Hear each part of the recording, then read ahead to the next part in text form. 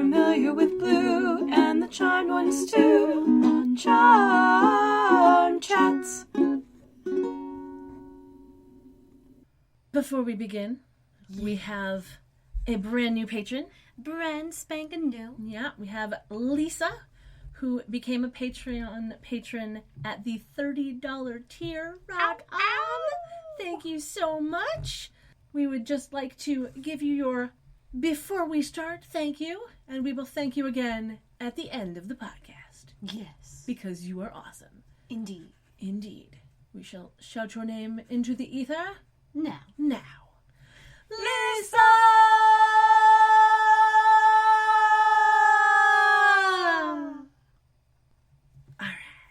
Yeah, hello. And welcome to Charm Chats with Kendra and Kat.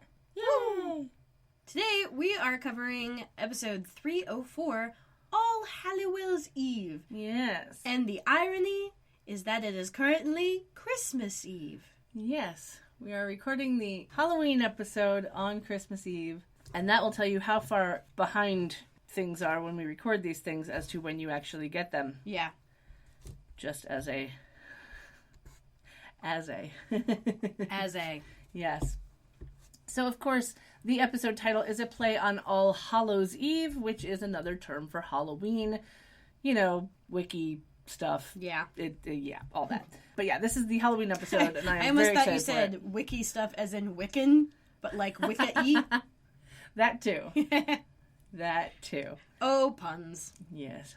But yeah, this is the Halloween episode, and I am very excited for it. I think this is up in my favorite episodes. Like, the list of my... I think this probably makes my top 10. Yeah?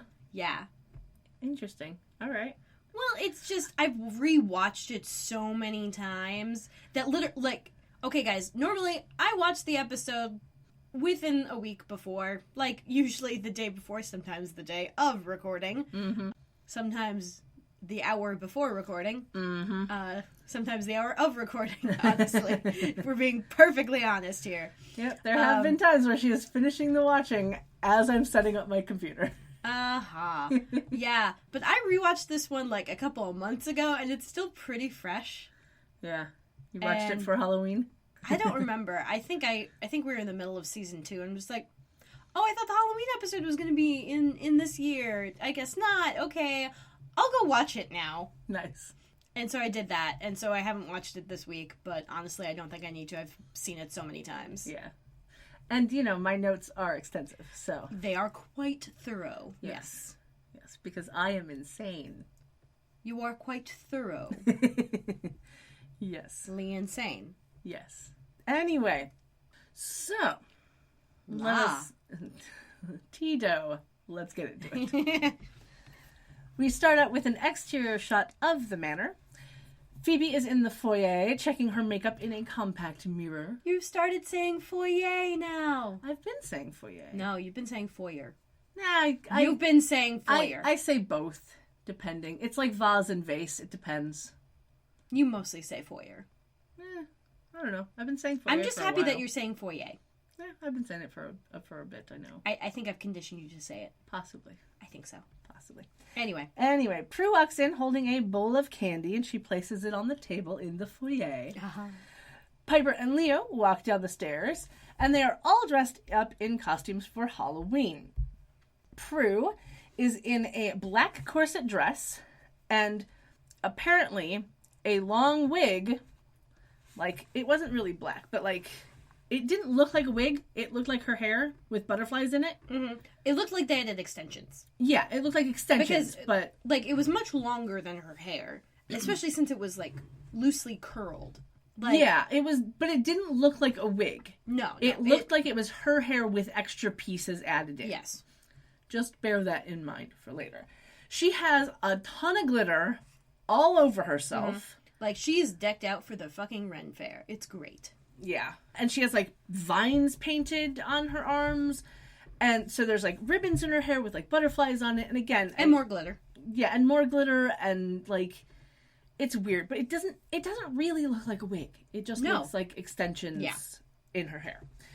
Phoebe is dressed as Elvira, Mistress of the Dark. Or as I like to call her, Boobarella. Yep, wearing a Which I think Boobarella is actually a different thing. Possibly. I think Boobarella. I know Barbarella is. I'm pretty sure there's a Boobarella. Maybe. Possibly. I mean, I don't know. Internet, so... Yeah, I'm not going to look that up because I like my internet search history to be eclectic but not creepy. That's not creepy. That's no creepier than half of the other things you've looked up. True. My search history is weird. Uh-huh. You don't know why I'm looking things up. It is just odd. Yeah, I assume the government is going to have to listen to these at some point because they'll just be like, "This is too strange." Wait, why is she looking up nuclear holocaust and clowns? What is happening here? And Boobarella? Anyway. So, she's in a low-cut... Corona? Yeah. She's in a low-cut, high-slit black dress and a big black wig. Uh-huh. So, if anyone who doesn't know who Elvira is, I feel like you missed out on some classic B-movie horror fun. I am not a horror fan, but I am an Elvira fan. I will link to Cassandra Peterson, who is the woman who created and embodies Elvira, for everyone to check out. Her life is fascinating. I mean, she dated Elvis. Mm-hmm. Like... Well, she went on a date with Elvis, but still.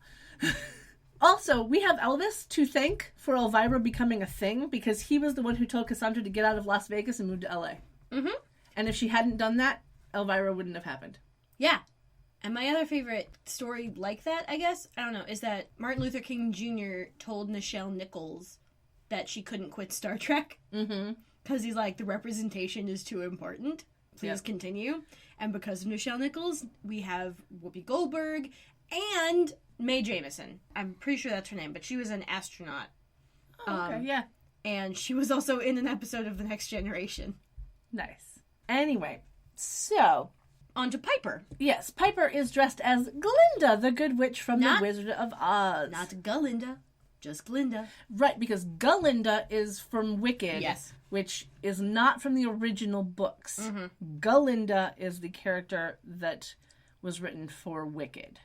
Anyway, she is in a curly red wig with a strawberry blonde type huge of red. Tiara thing on it, and a pink fluffy dress. And it's great because it's got like the puffs on the shoulders and it's got sleeves. Yes. It's a very 80s type dress. Think like a pink version of and she's got the Diana, wand. Princess of Wales. Yeah. Like the wedding dress that she wore. Think like a pink version of those sleeves. With much puffier shoulders. Well, but like that. Yeah. Like that kind of like where it has poof and sleeves. Like that was the imagery that I brought into my brain was Diana, Princess of Wales. Which, just a side tangent, she is not Princess Diana. She is Diana, Princess of Wales. You have to be born into royalty to be a princess. Which is why Catherine is Duchess, not Princess. And if she ever becomes Princess of anything, she would be Catherine, comma, Princess of whatever. However, the colloquialism is Princess Di. Right, but it is wrong. It's a colloquialism. It doesn't need to be right. Just saying. She was not Princess Diana. She was Diana, Princess of Wales. And jollity is not a word. Okay, let's continue. Okay. Anyway. Also, in the books for Wizard of Oz, back to Piper dressed as Glinda, Glinda is actually the Good Witch of the South, but in the movie, she's the Good Witch of the North. Yeah, I don't know why they changed that. I think they just didn't want to have to deal with having North and South. Yeah, they basically made her a combination of North and South, and just said because it was... L. Frank Baum was obsessed with cardinal directions for some goddamn reason. Yeah. And in the books, she was depicted as a beautiful young woman with long, rich red hair and blue eyes wearing a pure white dress. So the fact that Piper is wearing a pink poofy dress... That's accurate to the movies. Accurate to the movies, but not... Well, movie, singular. Yeah, but not the books. Mm-hmm. So, but at least she had the red hair, correct. A lot of people think that Glinda was a blonde because of Wicked. Because of that, yeah, and because the color correction on... the original movie is a bit wonky sometimes. Yeah, the Technicolor. She might have been a strawberry blonde in Wizard Well, I mean, of Oz, the wig but... she's wearing is a strawberry blonde. Yeah. Which people can take either to be blonde or red, depending on, whether or not they see the dress as black and blue or white and gold. Yeah. Yeah, fuck that noise. That. Anyway. Leo is dressed in his old World War II Army uniform. Yeah. It's very sedate. It's very classy. Mm-hmm. And, you know, almost any man And I'm looks pretty good in sure a they uniform. actually went through the trouble to make sure this would be as accurate as they could. Oh, I but hope I don't so. know that much about Yeah, I don't know that uniforms. much about uniforms, but I do know that almost any man looks good in a uniform, especially if it is perfectly tailored to him. Oh my god, if it has a defined waist, yes. Mm-hmm. Like, legit, I don't think I can think of any man in uniform who doesn't look good. Like, even if they're... Luchadors? That's a different thing. That's a uniform. No, that is a costume. Okay, fair. But no, like, think of any As long as it's military not a man. jumpsuit. Yeah. But think of, like, any military person in uniform. Like, when it is tailored perfectly to them, they just look good. Mm-hmm. You know? Yeah. Anyway, they are late in heading to the club. Prue wonders why Piper picked a role model who wears a lot of pink. And Leo very helpfully tells her that Glinda helped innocence. And Phoebe says that Glinda played mind games, which Yeah. is so true. True. Yeah. Phoebe is clearly in a bit of a snit at this point. Yeah, a little bit. She's upping the cynicism, Yeah. which I don't think was a thing Elvira did. No. No. So She this was is more just snarky, Phoebe. though. Yeah, she'd be snarky, but Yeah. We learn that Daryl is in the kitchen as Piper says that she is excited to celebrate the witches' holiday, and Phoebe says that she's offended by the representation of witches in popular culture. And as she says this, she holds up a paper decoration sign that has one of those silhouettes of a witch crossing the full moon. Yeah, no, it wasn't a silhouette. Oh, It was a witch on a broom wearing the hat. Yeah. But it was the big nose with the wart Yeah. that she had a problem with. Uh-huh. Yeah. Yeah. And then she also makes the crack that her Elvira costume is a protest statement. And Yeah. Prue's like, I'm so impressed that you can make a protest statement and show cleavage at the same time. And Phoebe just kind of goes like, yeah. Yeah. She's like, yeah, I know. I'm good like that. She just kind of preens a little bit. Yeah. And, you know, there is nothing wrong with making a protest No, statement and no. showing cleavage at the same time. Mm-hmm. That's what the slut walk is all about. Exactly. Yep. Exactly. So then we cut over to the kitchen where Daryl is talking to his wife on the phone, and he is in his police academy uniform. Yeah, he is. Yeah. Everyone walks in, and we have my favorite scene in I know, this entire right? episode is this scene. See? I This love is this. why I love it so much. Love this scene. Piper scoops some popcorn into a bowl, telling Daryl that he has a nice costume. Daryl tells her that it's his uniform from his rookie days, and it still fits. And then Leo pipes up and he says, Yeah, mine too. And Daryl just kind of stops and looks at her. And he goes, isn't that from World War II? And then there's like a beat of silence, and he just goes, who are you? And Prue just kind of like taps him on the shoulder, and she's like, I'll explain on the way to the club. Yeah. So it's this moment where you realize that they've never actually been formally introduced. I mean, they Like- know each other. Obviously, they haven't really spent any time together. Yeah. And the good thing, spoiler alert, is that this is kind of like a Leo and Daryl bonding episode. Yeah. Which is and great. I love it so much. So much. Uh-huh. Because So- sometimes we have a reverse Bechdel thing going on this show where there might not be a whole lot of men talking to each other, especially since Andy's gone now. Yeah. And if they are talking to each other, it's like adversarial, like the whole Leo and Dan thing, Yes. which is, now that I'm thinking about it, actually pretty fucking refreshing, but like, Yeah. yeah. Yeah. But I like that we kind of get buddy cop happening a little Yeah, a bit. little bit. And it's just funny enough, you know? It's great. Yeah. But So- yeah, the scene continues on. There's a little talk of Prue finding the perfect man. And Phoebe's like, oh, we can't leave without Cole. Daryl, of course, then asks if she's dating the ADA. And she kind of does a weak excuse of being like, no, I just invited him to go with us. Yeah. But since he hadn't shown up, that something must have come up. And then we jump outside to see some children in generic costumes trick-or-treating. And we see two men, all in black, with white faces, walk past a kid in a karate outfit. Yeah. It's cute. Yeah, it was in a little blue karate gi. Like, it was super cute. And the kid, this scene is one of those scenes where I don't know if it was poorly written or poorly acted, but it was just weird. Yeah. Because the kid sees these two people wearing all black with white faces, runs up to them to compliment their costumes. Seriously? I mean, it's completely light out. There's tons of children around. This is in the middle of the whole stranger danger thing. But my question is, why is he running up to adults? And why is he complimenting those costumes? They're literally just wearing black clothes and their faces are white. I mean, seriously, what kind of costume did that kid think they were? I don't know. It literally was an a la convenience. We have to get this kid toward these people. How it was do an we a la do convenience. this? We have to demonstrate what exactly it is that these dudes can do because you haven't seen them in a while, guys. Yeah, we have to be reminded of who these guys are.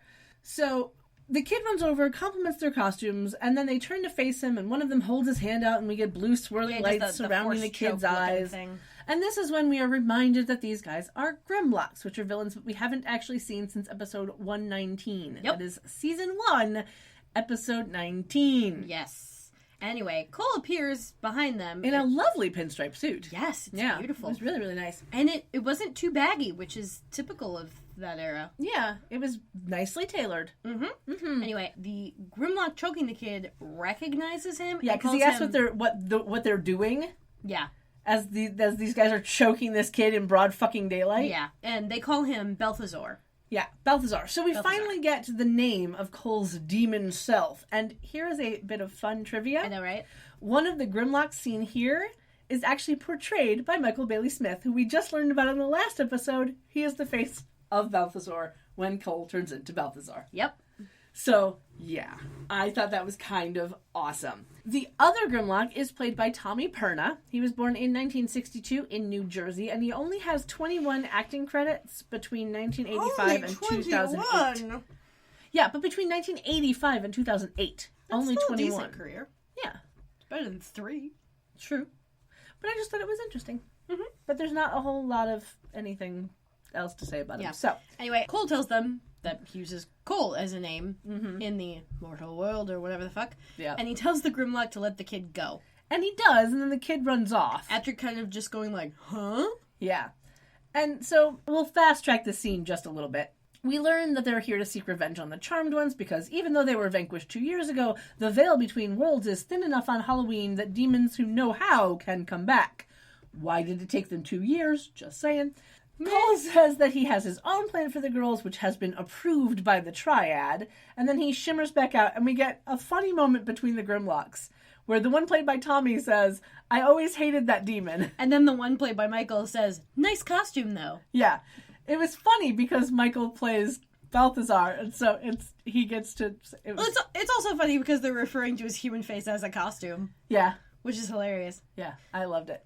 Anyway, back to the manor. The girls walk into the foyer, and Prue says that she wants a picture of them all, but that she has to go get her broomstick. And Phoebe yells and calls that cliche. Yeah, and so Prue heads out to the other room as the doorbell rings. But so that means that Prue is supposed to be like a nature witch or something with her butterflies and vines on her arms and... Fairy queen witch thing? Yeah, I don't know. But... I mean, it's that whole Mean Girls thing. Like, Halloween is the excuse to dress up, like, and be, for lack of a better word, slutty. Yeah, that is. It's an excuse to wear as little clothing as possible and show off all your assets, including your ass. Exactly, and your set. Yes, and your set. Perfect. But yeah, so her wanting to take a picture sets up the fact that the camera is set up in the living room. Yeah, which. Spoiler alert, we'll come back later. Yep. Yeah. Phoebe goes to answer the door to the Grimlocks, realizing that they're not people in costumes, and she and Piper try to run away. They, of course, stop when the Grimlocks start to strangle them, and this is shown as them being engulfed in a golden light, which is different than what we saw just moments ago when they were trying to take away the kid's eyes, because this is them trying to steal the goodness, apparently, from these two, as opposed to stealing children's eyes. Yeah. Cutting to the kitchen, we hear the white lighter call to Leo, and he realizes that the girls are in danger. So he and Daryl run into the foyer, calling out for them. Prue runs in, sees what's happening, and uses her power to make the Grimlocks fly into the living room. Yeah. And Phoebe's like, what the fuck? We already vanquished them. And Leo's like, that's not what I was going to warn you about. Yeah. And then Prue starts to question him, and a vortex opens up behind them in the doorway between the foyer and the dining room. And Leo's just like, that's what I was going to warn you about. And then the Grimlocks come back into the foyer. Piper decides to freeze them by flicking the Glinda wand at them. Yeah, which is the only time that she has ever focused her power through something else. I mean, it's a lovely display of intent. Mm-hmm. And it's just Halloween-y enough. I guess, is the... It's just is the kitschy phrase. enough. Yeah, it's just funny enough that she's like, and wand, you know? And she freezes them. She starts to ask Leo what's going on, and then the girls get sucked into the vortex. And it's a really funny sort of suck where they're kind of like walking into it sideways with their hips. Yeah. Like they kind of had their butts pushed backwards Like as they're walking backwards. The direction in the script is girls get sucked into vortex, and they're like, we're not going to do this in post until you get up in there. So just like kind of scoot towards it. Yeah. And it's like there's a 3 little canes that have just come out from the vortex and yanked them off stage. Yeah, a little bit. So the vortex closes, and 3 wigs fall to the ground. Now, reminding you that Prue did not look to be wearing a wig. She looked to be wearing extensions. Yeah. But this is a full wig. Yeah. That falls to the ground. Also, a slight bit of continuity. The way that the wigs fall in the long shot is the red wig in front, Phoebe's black wig in back, and Prue's butterflies next to Phoebe's wig on the right. Mm-hmm. When it cuts to the close-up shot, Phoebe's wig and Prue's have switched. That's funny. Yeah, so not only did they fuck up the fact that she wasn't wearing a wig to begin with, she was only wearing extensions, then they switched the wigs once we actually see them on the ground. It was just... Oh, I love this show, but sometimes the continuity, man, like, they just drive me nuts. Anyway, Leo yells out to the ceiling that they, meaning the girls, don't know what's happening. Right. Like, he seems a bit pissed. Right. And I think he, like, smacks the wall. He does a bit. And the Grimlocks are still frozen. Yeah, and then Daryl gives us the understatement of the year. This isn't good, right? And we go to the opening credits. It's a really good cold open. It really was a good cold open. Other than the bit with the kid. Yeah. All of the bits with them in the house were just great. So, after the opening credits, we have no opening scene. Like, we don't have any filler scenes. We don't have any opening song. We just hear the girls screaming, see the whooshing of the vortex. There's a shot of, like, clouds with, like, a wind tunnel coming out of it. So it's a little Wizard of Ozzy. And then the vortex spits the girls out into a field near a block of stone that seems to be some sort of altar with, like, wheat and apples all over it. And then a couple of large crystals and a dagger. And fun fact, the field that they're in is the same field that they were in for the Four Horsemen of the Apocalypse. Ah, cool. Yeah. And I do believe, I'm not completely positive on this, but from what it looks like, is the altar, it the looks big like it's stone, from the beginning of season 2, yeah. Yeah, is that same stone. Uh-huh. Yeah. And honestly, it looks like the plausible idea here could be that, oh, this altar's always been here, but, like, the forest grew around it, and then it became the altar that they used at the beginning of season 2. Which could very well be, but, you know.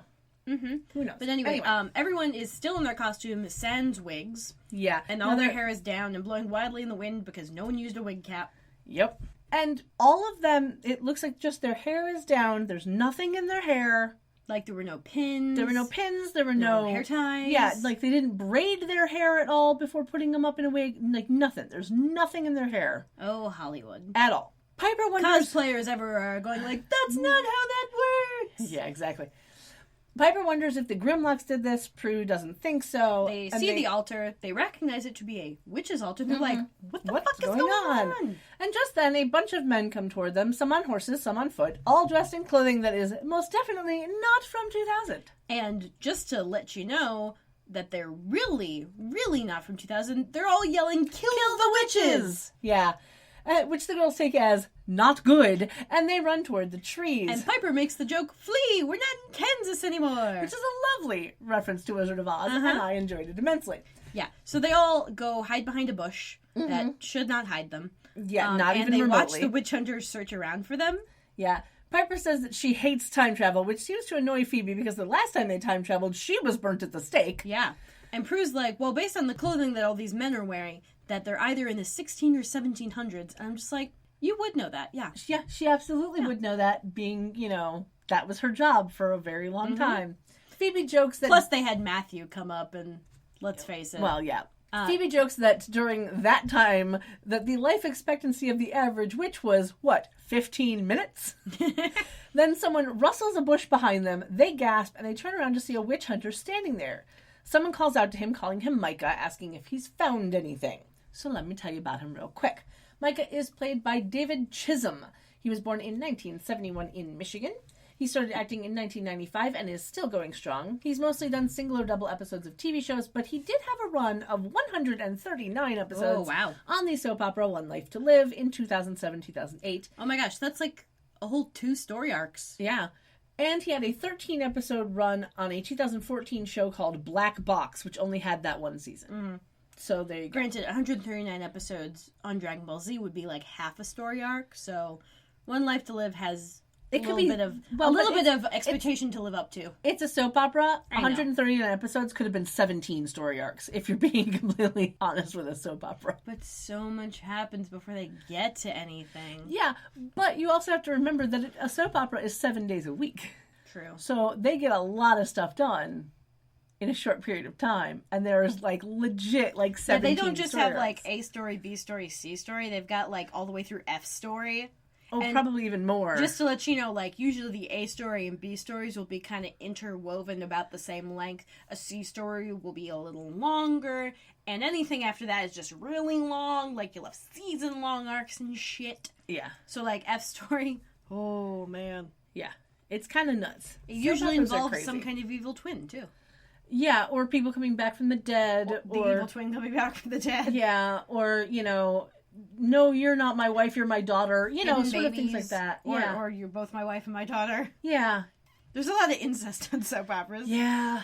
Like accidental incest or nefarious incest. Those are usually... Or suspected incest. Yeah. Yeah. Mm-hmm. We could have another podcast where we just talk about soap operas and it would be... Oh, God, I would insane. get so pissed. Yeah. Like... as much as we love Charmed and we get annoyed with Charmed, like soap operas would just piss us off. Mm-hmm. Yeah. Because there is, but the weirdest part is that soap operas usually, with the exception of times where they have to change a character and it's literally just the part of this character is now being played by this actor. Okay, on with the story. Like, they just change who's playing it, tell you that the character's been changed, but it's that same character, and then you just have to deal with that from now on. Yeah, that's, actually kind of nice. But the continuity... With the exception of that, the continuity in soap operas is amazing. And it pisses me off how, like, amazing it can be in a fucking soap opera. Anyway. Micah stares at Prue. Piper gets ready to freeze him, but Prue grabs her wrist. And Micah kind of calls back that he's found nothing. And he puts his index finger to his lips to shush the girls. Yeah. And runs off. Piper asks Prue why she couldn't freeze him. And Prue gives the line that the writers told her to say, which is that there was just something about him. Uh-huh. Once all the witch hunters have gone, they walk out of the bushes. Piper says that she doesn't care why they're there, she just wants to go home. And she kind of like fluffs her skirt as she's doing that. Yeah, she wonders where the vortex is. Prue starts to say that she doesn't know, and then someone puts bags over their heads and they all scream. Yep. Because reasons. Yes. Yeah. Anyway, we jump back to the manor in the year 2000, and the Grimlocks are still frozen. Yeah. Daryl is looking at them, and Leo is looking around where the vortex appeared. He's, like, studying the archway, kind of. Yeah, trying to figure out how to make it open again, or, like, if there's a button he can push. Yeah. If there's a cosmic string he can pull. Yeah, but there's like a switch. Maybe, like a wireless battery-operated switch. No.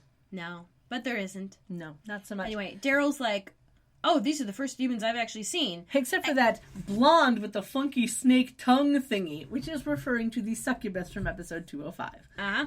He asks Leo what the Grimlocks are. Leo says he doesn't know what the Grimlocks are, which kind of weird because I could have sworn that he did, but I could be misremembering.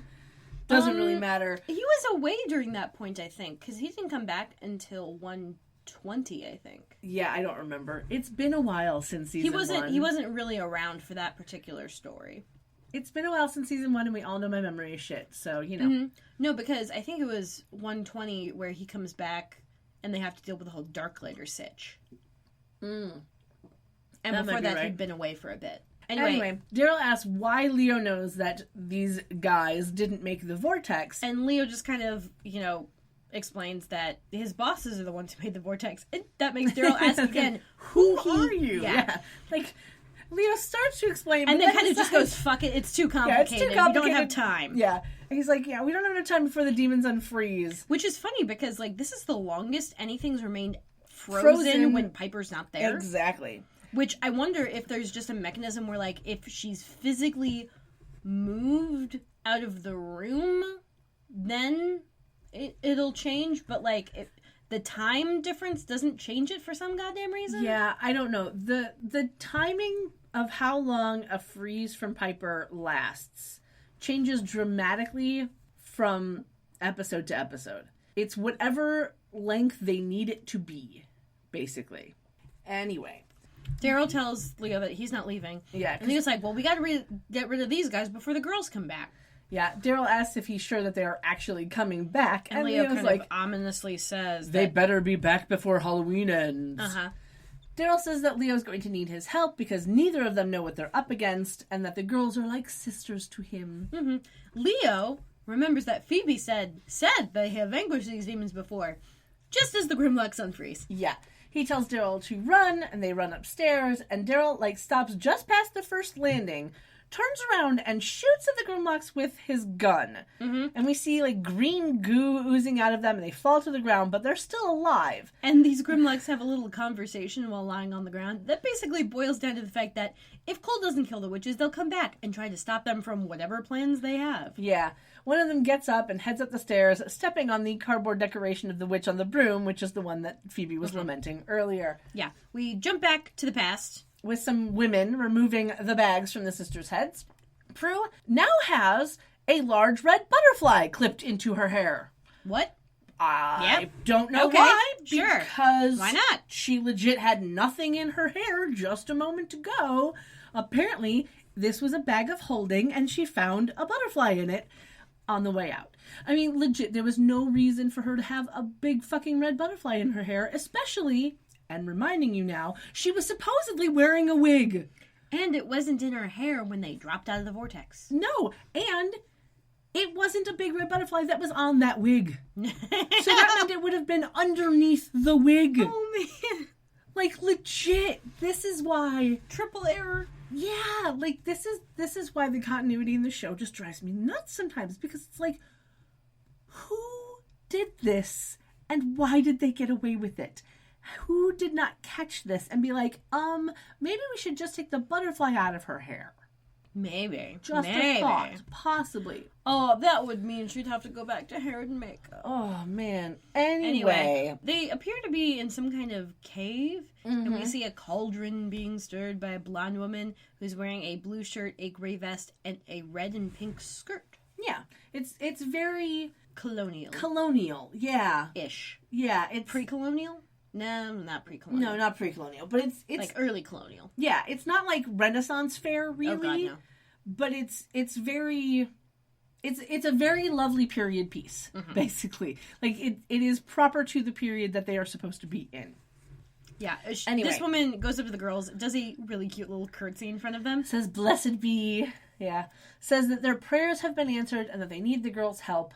And she apologizes for how they were brought there, but they had to bring them through the doorway to see if they were evil. And at this point, she points to an opening in the cave, which is covered by a garland of flowers. And Piper's like, where can we get one of those? Yeah, and now, this is the point at which I noticed that this woman is wearing a very, very annoying, ugly headband. Yeah, it was weird. It's stupid. And doesn't she have bangs, too? Yeah. Yeah, she has bangs, and the headband is sitting really far back on her head. Mm-hmm. It doesn't look like it's doing much. And it doesn't... It looks like it's holding that wig up. Yeah, and it looks like it was going to fall off at any moment. It was very... most headbands are normally worn, maybe a third of the way back on your head, possibly half of the way. This was, on the back half. Yeah. It was just a little too far back on her head to look like it wouldn't fall off. Yeah. Prue asks this woman who she thinks they are, and the woman just responds, "Oh, you're the most powerful good witches of all time." Which is met by lucky guess from Phoebe, which I thought was really funny. Prue asks who she is, and we learn that her name is Ava. Ava is played by Claire Carey. She was born in 1967 in a Catholic mission in Rhodesia, which is a country in southern Africa. And that's where Rhodesian Ridgebacks come from. They're not dragons, they're dogs. And they are very cute. I will link to the wiki for Rhodesia for anyone who wants to know more about They're it. used to hunt lions. Yeah. Claire started acting in 1987. She's still going strong. She got her big break in 1989 with the TV show Coach, where she had an amazing run of 107 episodes. Though I actually recognize her from her 22-episode run on Jericho, which is a show that I still think about from time to time. Okay. It was a good show, I and feel I'm like still you mentioned sad. that recently. Maybe. I'm still sad that it was canceled. Uh-huh. Anyway. We learned that, well, she kind of introduces herself as a midwife, a witch, a free citizen of the colony of Virginia, Yeah. and the women around her are apparently her coven. Yep. The women around her in the coven hand each sister a dress because they need to be able to blend in.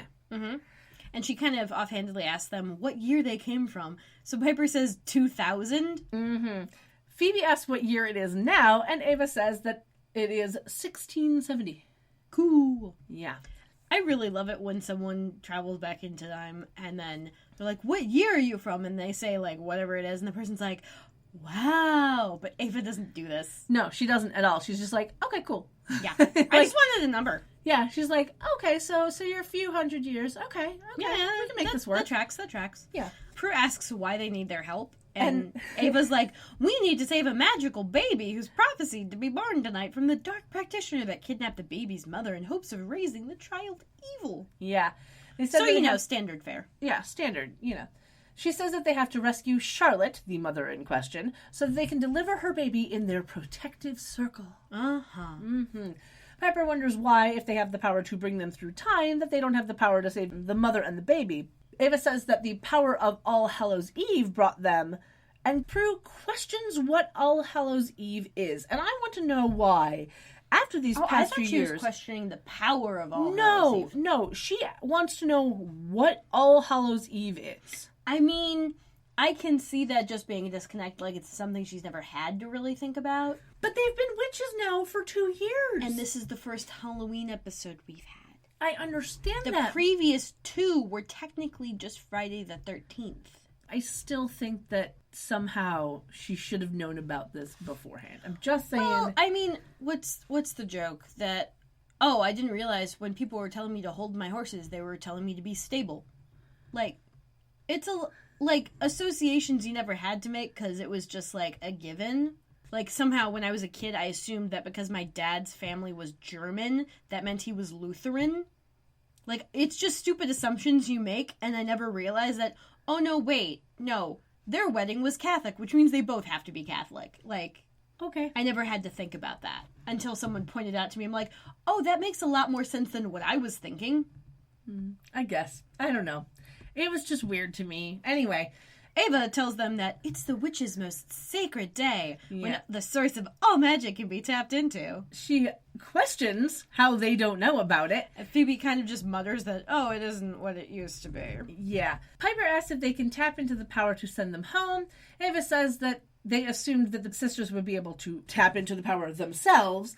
And Prue asks Piper what time it is. So Piper, for some reason, was just wearing her watch, and she kind of looks at it and tells them it's 2:15. And Ava kind of walks up and she's like, oh, you must possess great magic to make a big clock so small. Yeah. And Piper says, no, just a good credit card. Yeah. Which made me giggle. Yeah.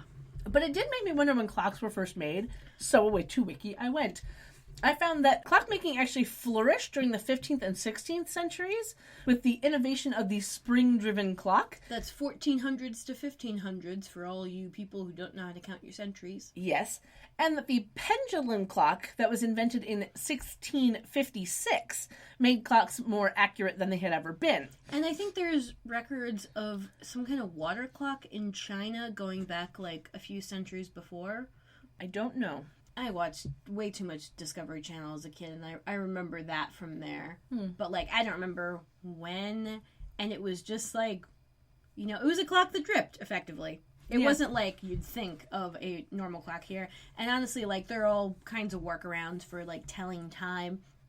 Because as long as you know the rate of something and how to convert that into the rate of the day, you're fine. Like the candles that like have the notches in them so you can tell what time it is.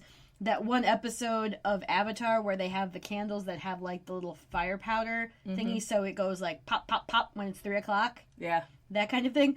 There's a cannon in Scotland that goes off on Edinburgh Castle at 1 o'clock every day.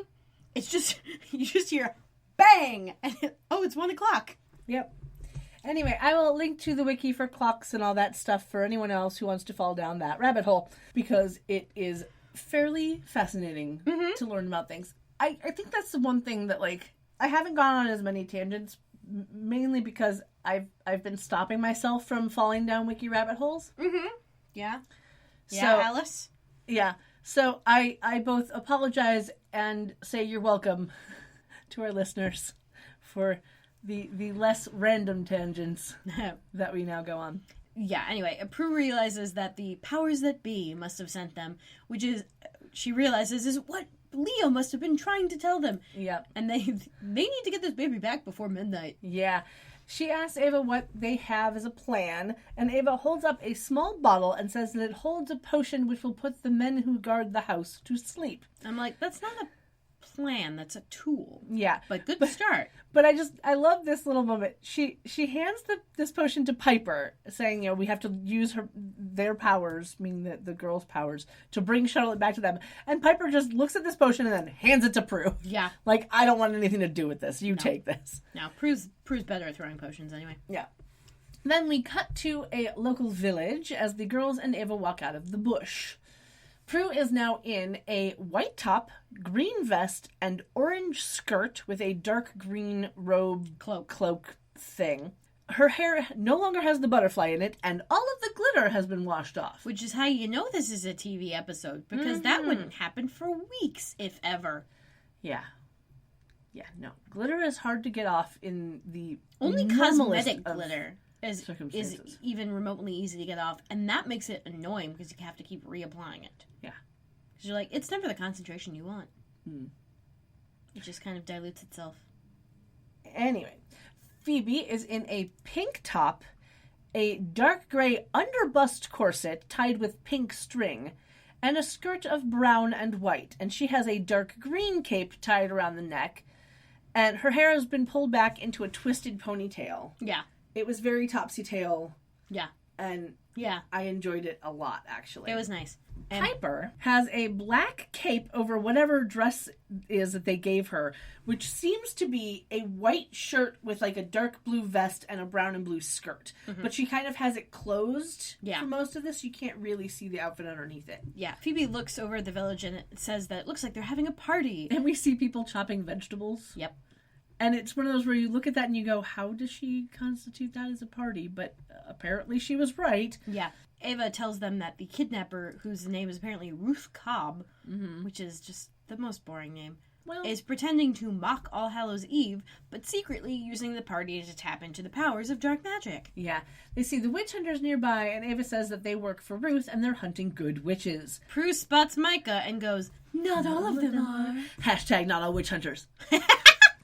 I almost slapped the table. That was a good one. Thank you. They walk closer to the village. Ava points out the talismans hanging on the tree and tells them to be careful of them.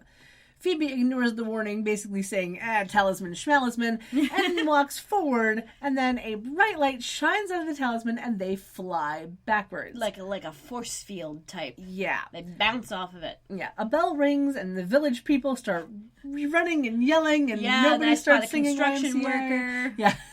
Like, nobody starts singing YMCA.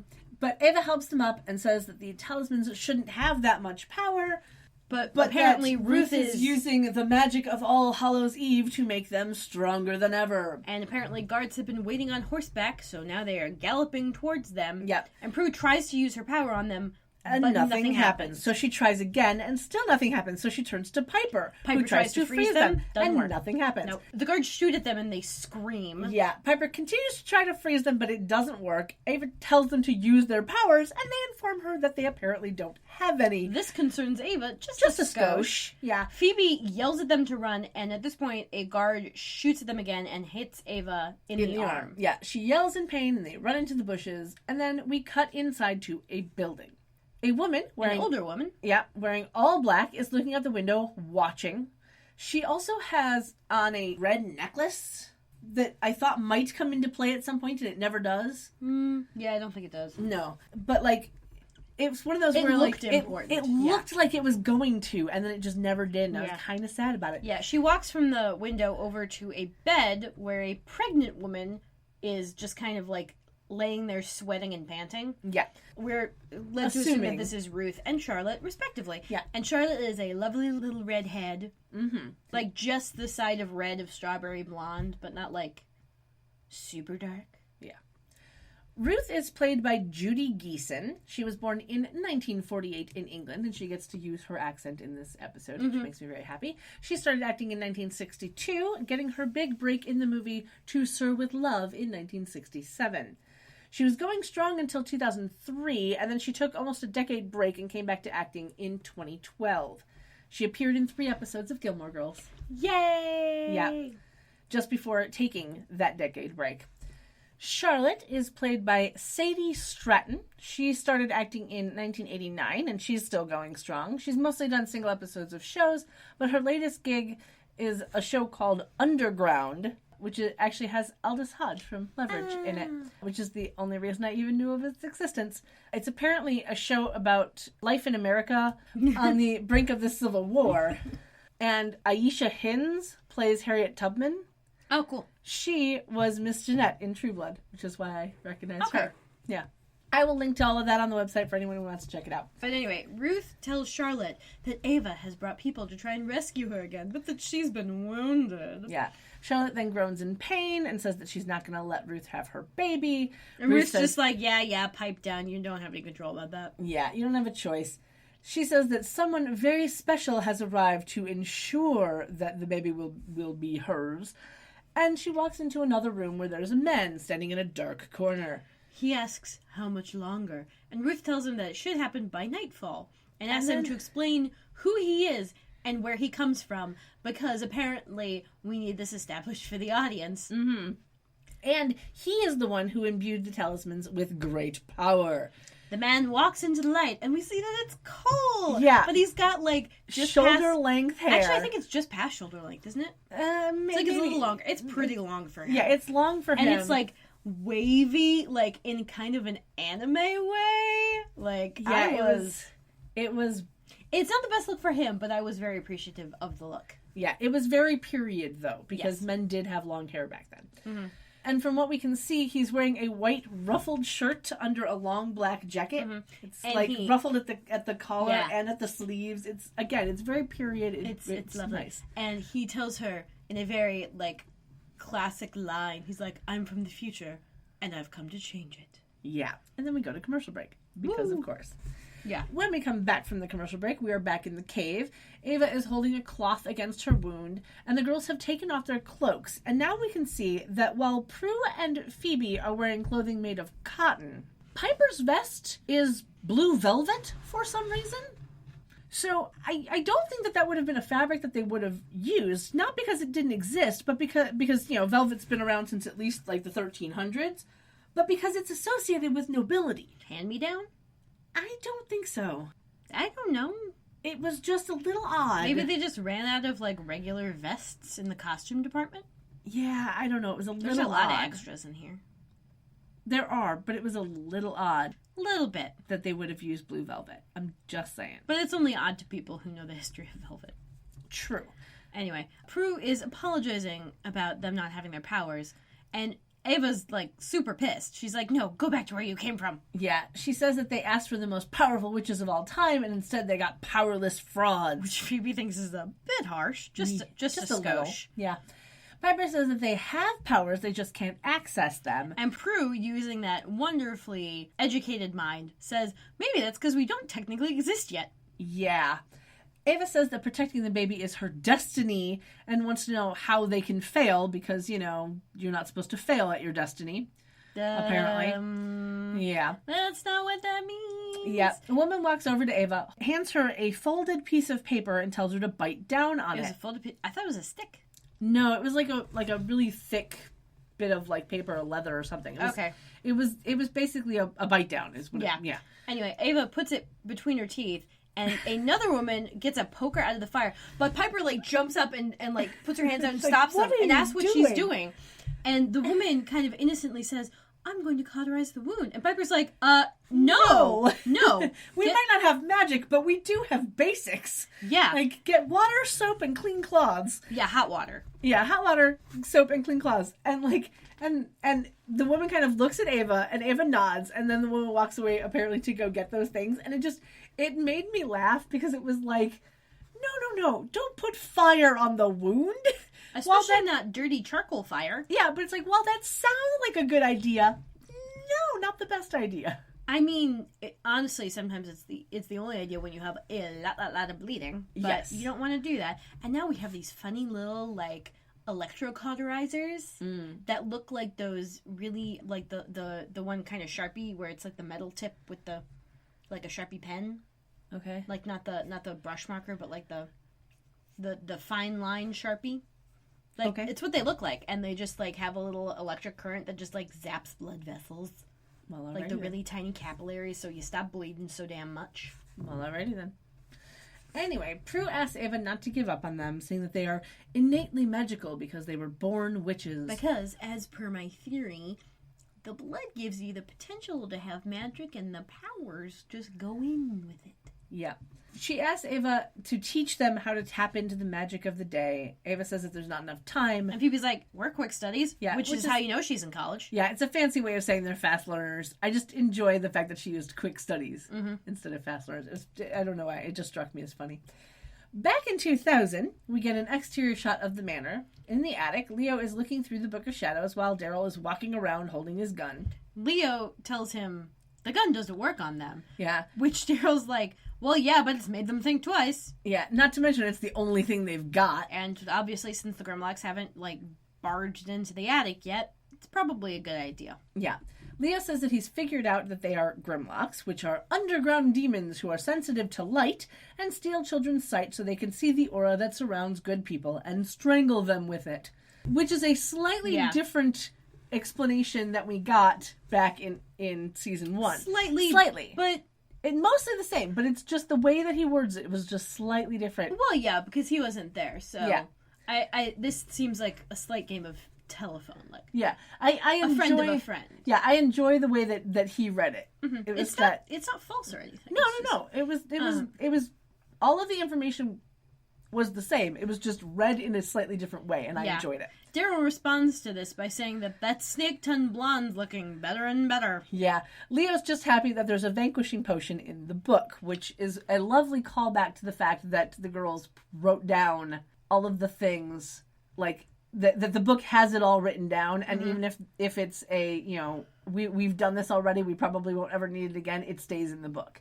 I enjoy that. It shows that the book really is growing. Yeah. And sometimes they do have to go back to it. I think the book itself just adds some blank pages here and there. Could be. For them to use. Could be. Because I think it gets thicker over the course of the series. Or if not thicker, like they stop using the repeat pages. That's probably it. Yeah. Anyway, we cut to outside the attic door where one of the Grimlocks is getting a patient and the other one is just like staring through the keyhole waiting for Daryl to come in range. Yeah. And just then, Daryl walks near the door and the Grimlock starts to strangle him through the keyhole. So, because of course. Yeah, and so we cut back inside the attic as Daryl drops his gun and starts to cough. Leo calls out to him as the Grimlocks barge in. Leo orbs out and then orbs back in beside Daryl, grabs Daryl, and orbs out again. And we cut over to the kitchen as they both orb in. Daryl's still coughing, and Leo just goes, I told you so. Yeah. Daryl again asks who he is, but Leo ignores him this time, saying that they have a potion to make. Yes, and it will take at least 5 minutes for the Grimlocks to walk all the way down all of those stairs. Cutting back to 1670, Ruth is laying out tarot cards in front of her. Now, because I'm me, I had to look this up. Apparently, tarot cards weren't actually used for divination until the 1800s. Probably not. Not commonly, but before who knows? Then, the traditions are probably much older than that. Yeah, but before then, they were just like any other type of playing cards, meaning they were used for card games. I'll link to some wiki stuff on the website because it's actually really interesting. There's at least 2 different card games that were made with tarot decks. Yeah. That were made for tarot decks, I should say. Oh, cool. Yeah, it was just interesting. Anyway, Charlotte, over in the bed, groans a little bit, and Ruth kind of just says off to the side that her contractions are coming closer together. Yeah. Cole soaks a cloth in a bowl of water and walks over to Charlotte with it and, reaches out to her. She kind of, recoils a little bit, at least as far as she can, when she's reclined on a bed. Yeah. And she tells him not to touch her.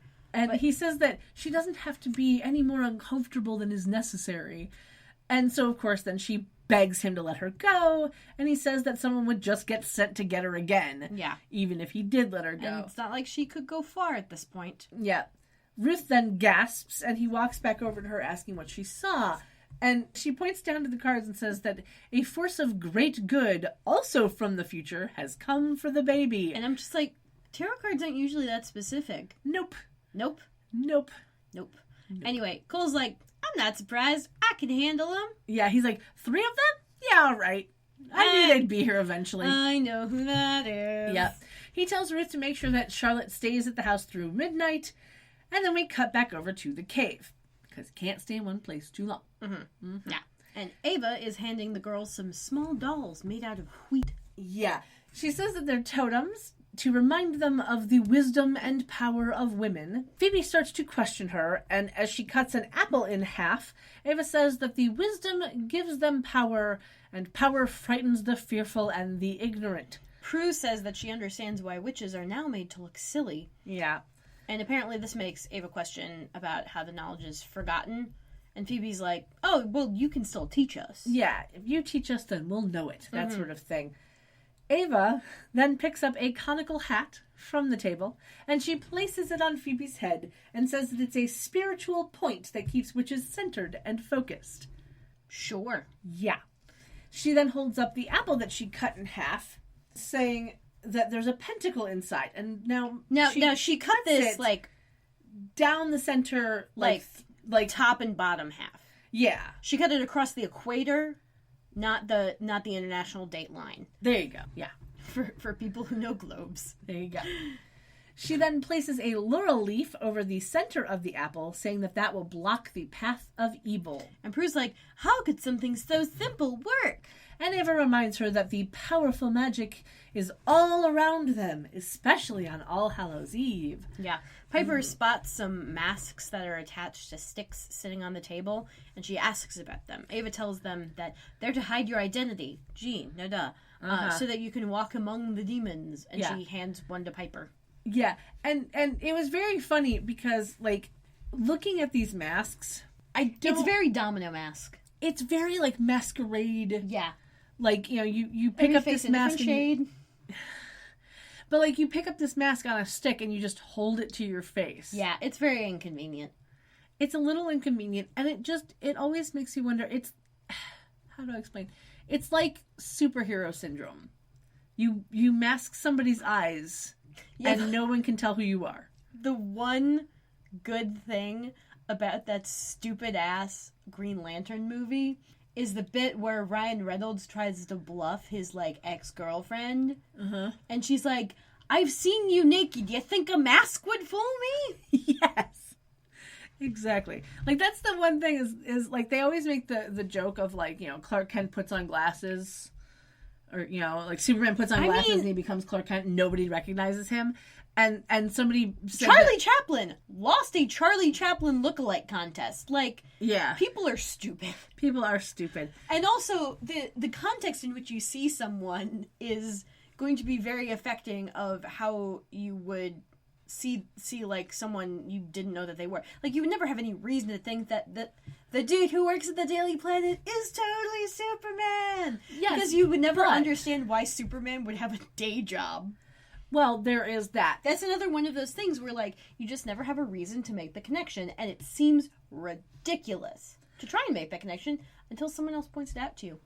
I guess so. Also,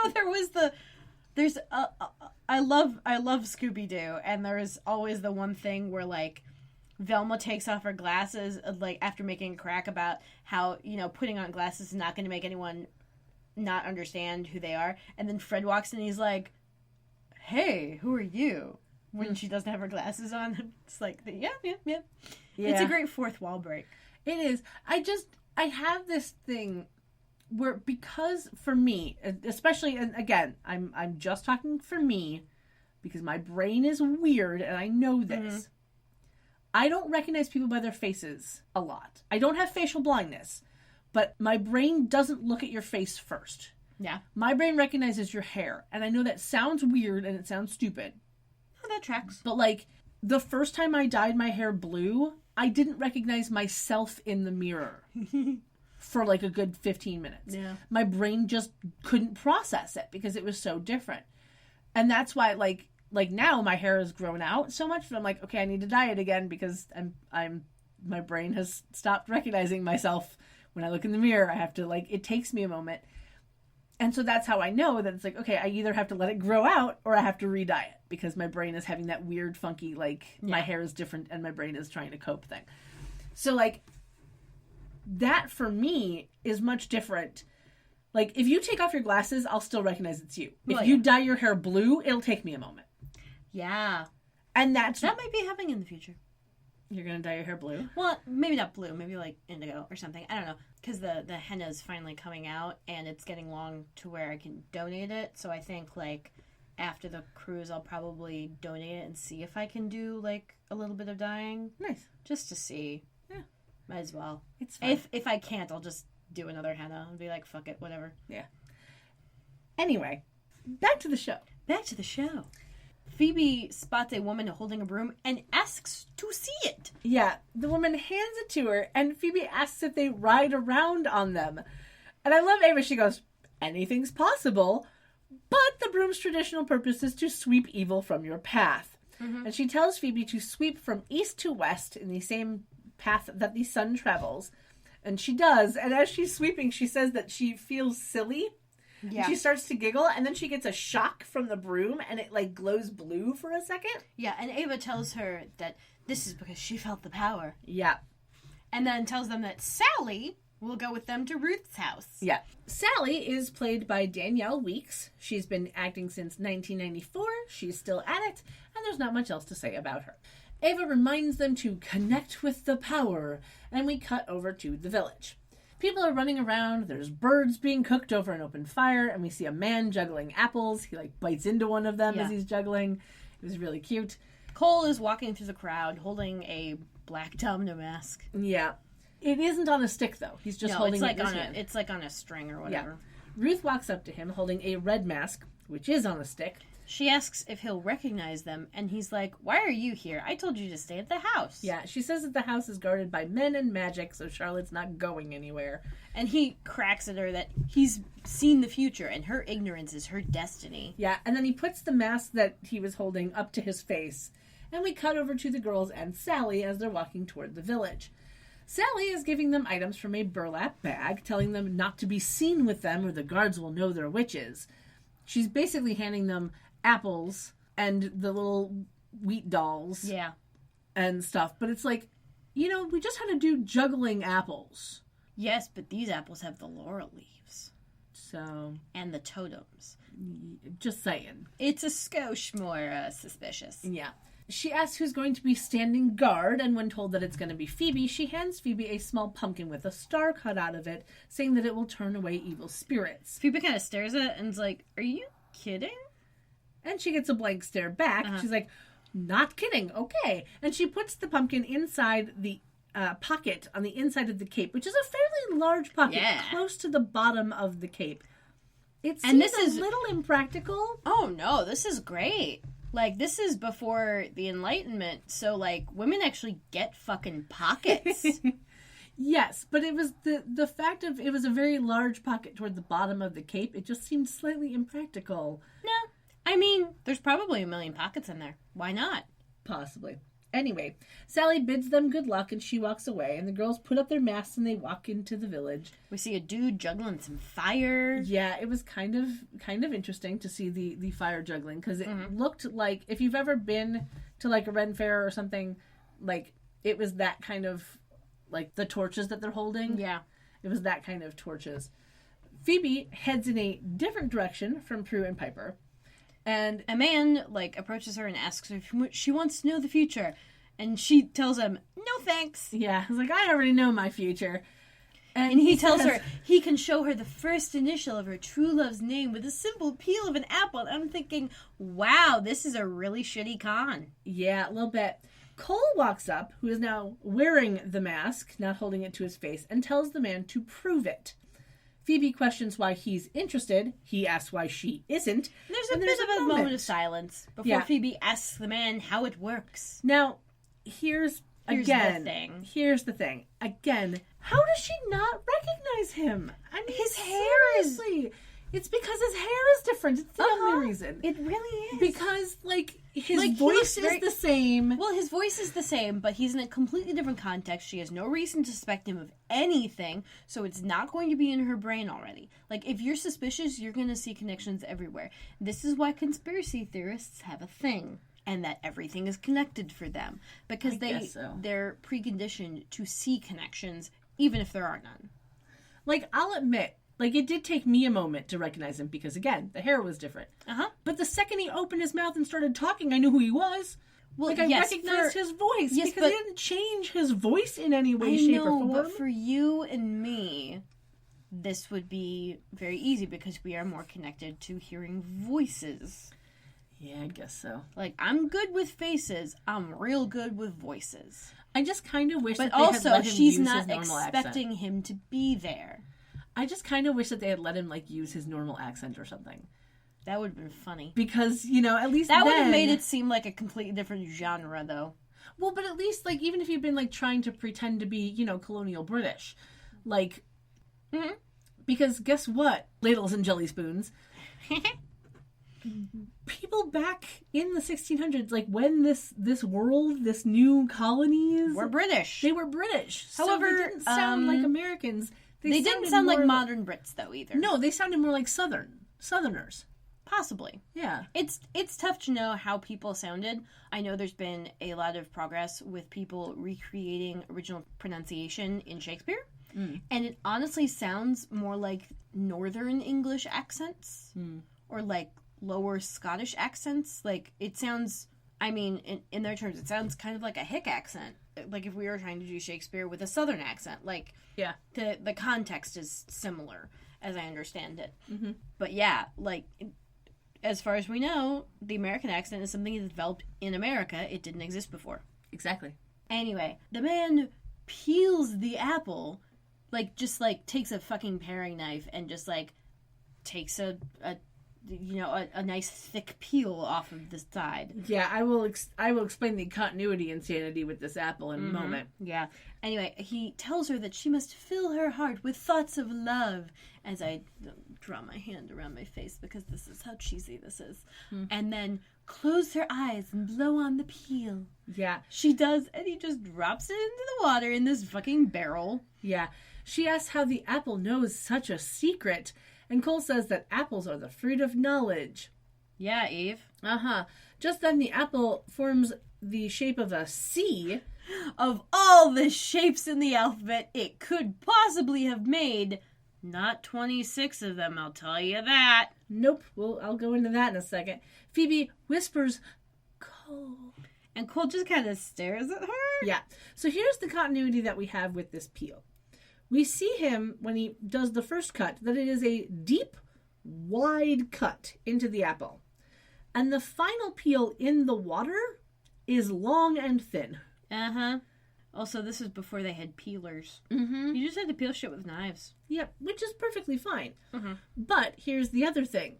There are, I would say, 3 letters, maybe 4, possibly 5. I could see, okay, O and C are very possible. O, E, C... Well, no. Here, like a lowercase e? Yeah, maybe. Okay, so here are the 5 that I immediately thought of. Yeah. O, U, Mm-hmm. C, L, and J. P. Possibly, yeah. Possibly. Lowercase e. Yeah. Let's see I guess. Yeah, if it were perfectly straight. Yeah. I could see an S happening a little funkily. Maybe. Like if it twisted around itself and then made an S. Maybe. But yeah, you're not going to get you're not going to get an M. You're certainly not going to get a fucking K or anything. Yeah, no. Or like possibly a a Z. lowercase a. If you can get an S, you might be able to get a Z, actually. Yeah. Like a lowercase a I could see happening, maybe. Yeah. But like, the immediate 5 that I thought of were There's a limit. OLJD, This is a or very OLJ. abbreviated alphabet that this apple peel is working from. Yeah, yeah. Yeah, so if your beloved has a name starting with something that this apple can't do, you fucked. At least according to the apple. Yeah, and here's the other thing, right? So they're all about the witchcraft is bad, and It's like- yet...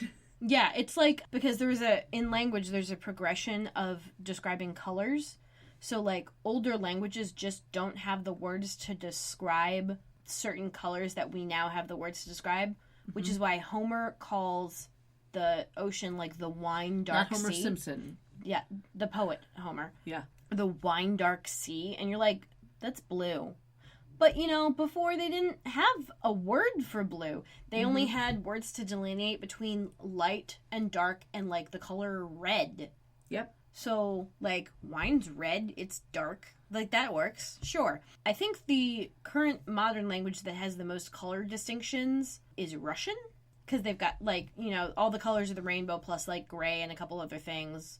But, like, when you're describing colors in English, you're going to describe it based on, a certain set of colors that you have access to. You can't, like, might use taupe, but how are you going to describe what color taupe is? Yeah.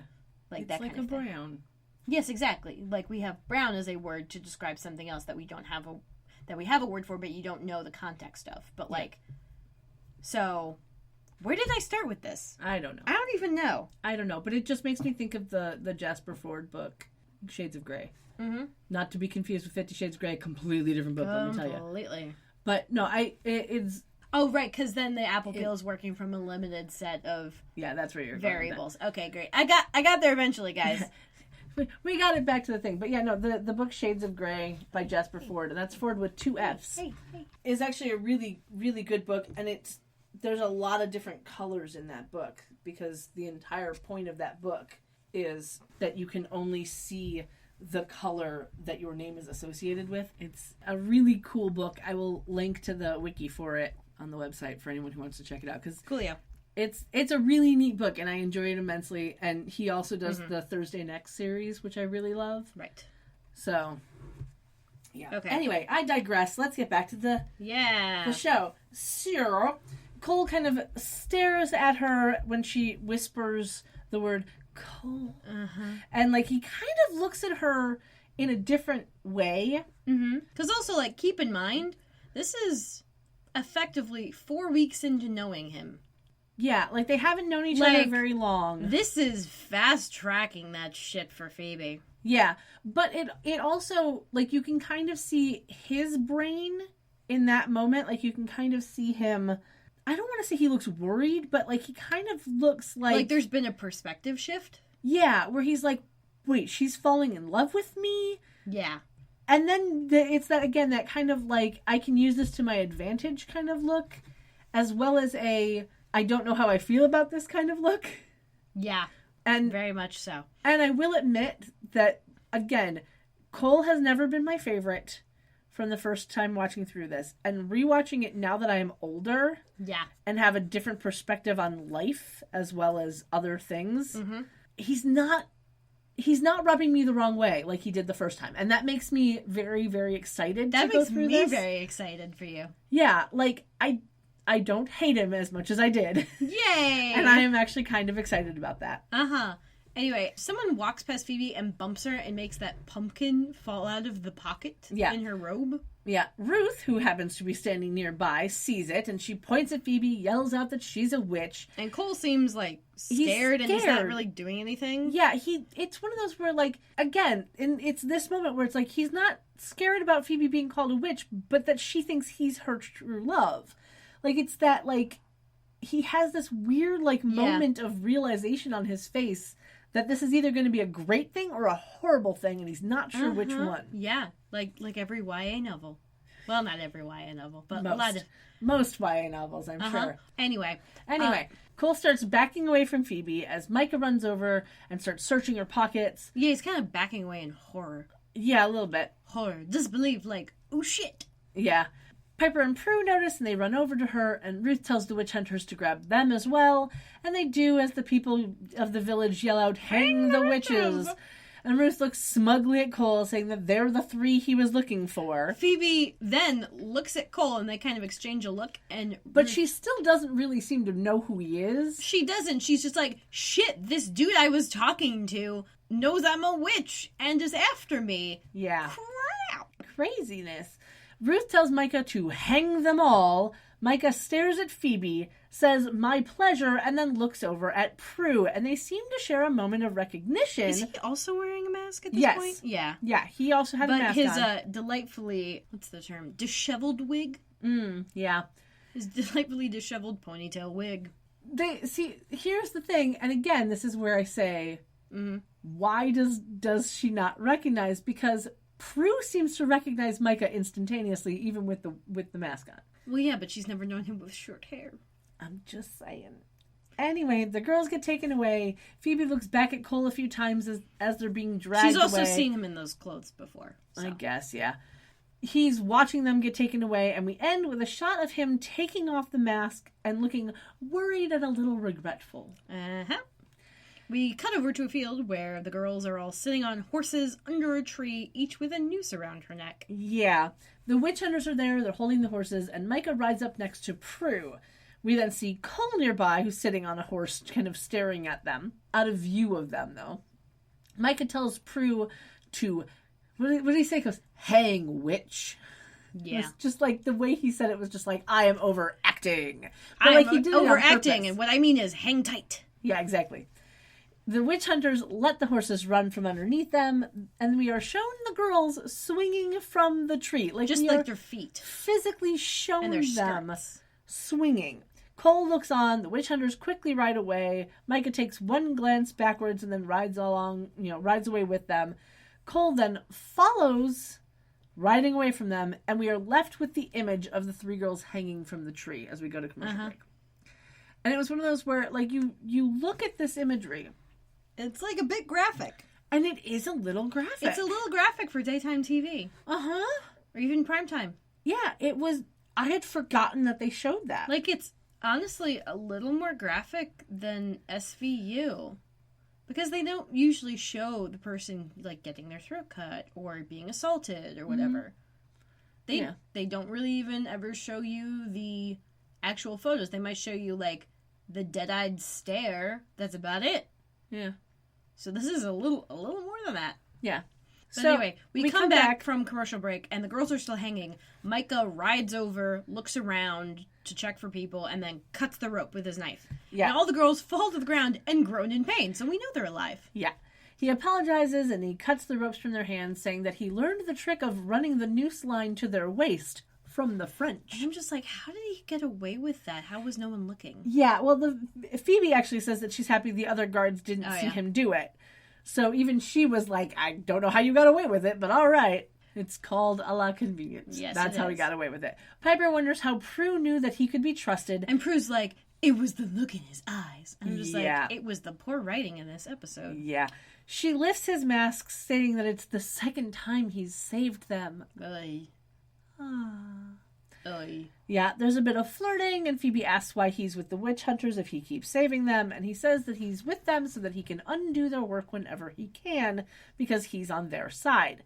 He says that he needs to go. Prue then kisses him on the cheek and thanks him, and he rides off, and the girls wonder how they're going to save that baby. Piper's like, well, now that they think we're dead, they really won't be expecting us. Yeah. So, then we cut back to 2000 via exterior shot of the manor, and we see Leo in the kitchen making the vanquishing potion. And he takes a wooden spoon out of the saucepan and smells it. Yeah.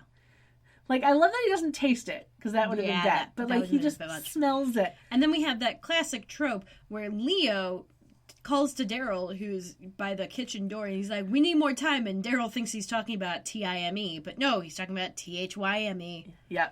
It's like, he's basically... I love how I wrote it in my notes. It was like, Leo says we need time, meaning the herb. And Daryl thinks he's talking about time, the concept. Yes. Yep.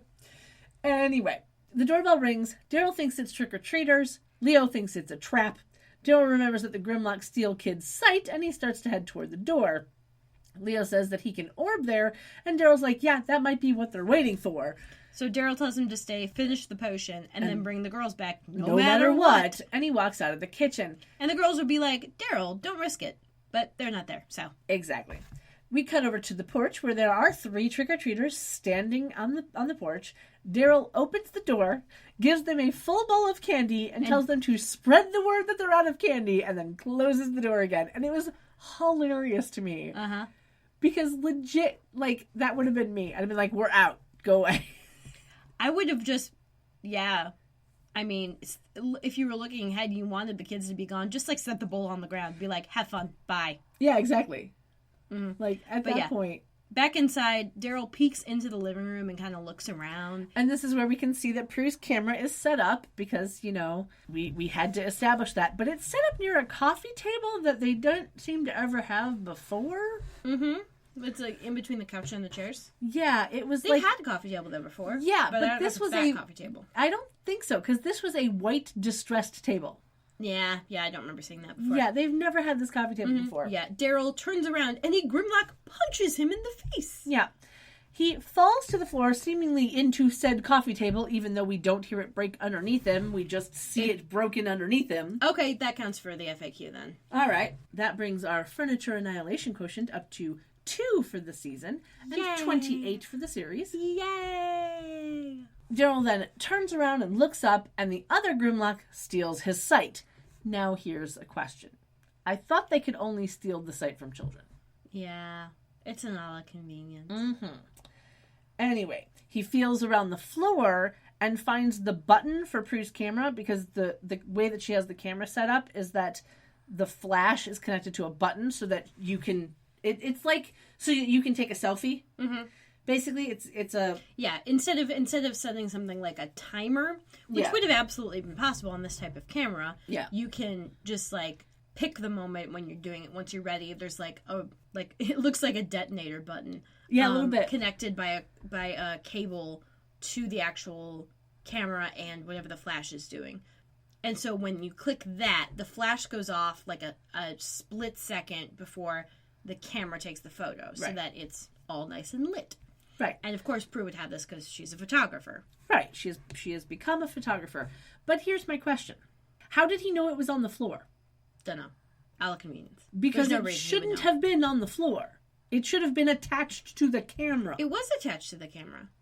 There was a cord coming from it.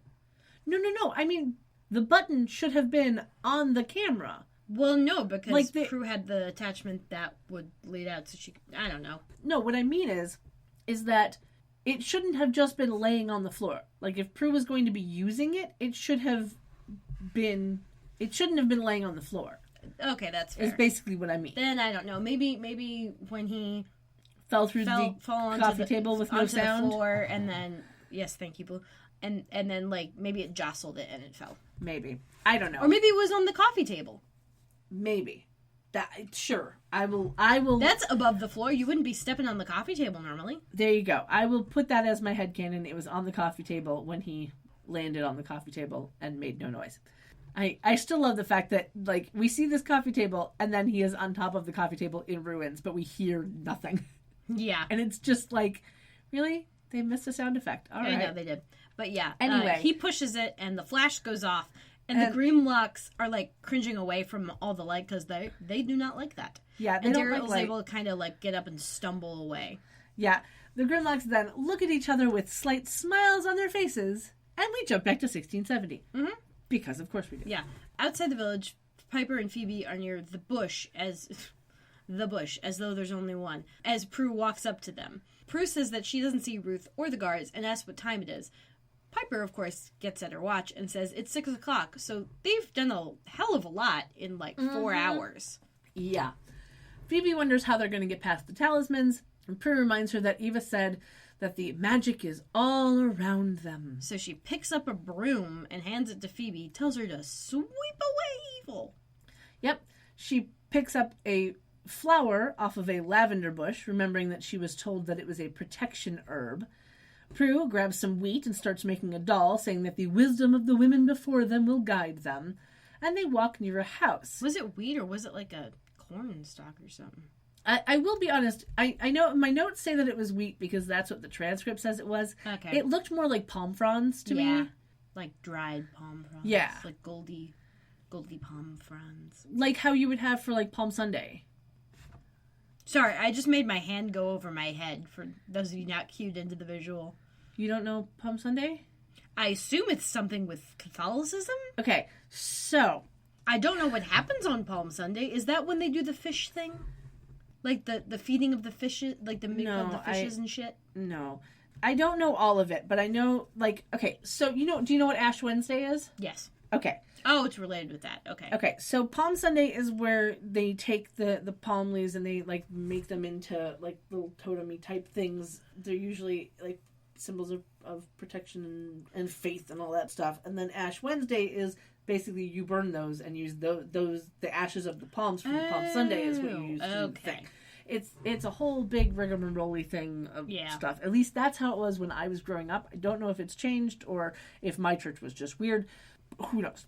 Yeah, whatever. Doesn't matter. Like I said, it looks more like they were dried palms than it was wheat, but my note says it was wheat. We're going with wheat. It's fine. It doesn't really matter. No, not in the long run. No.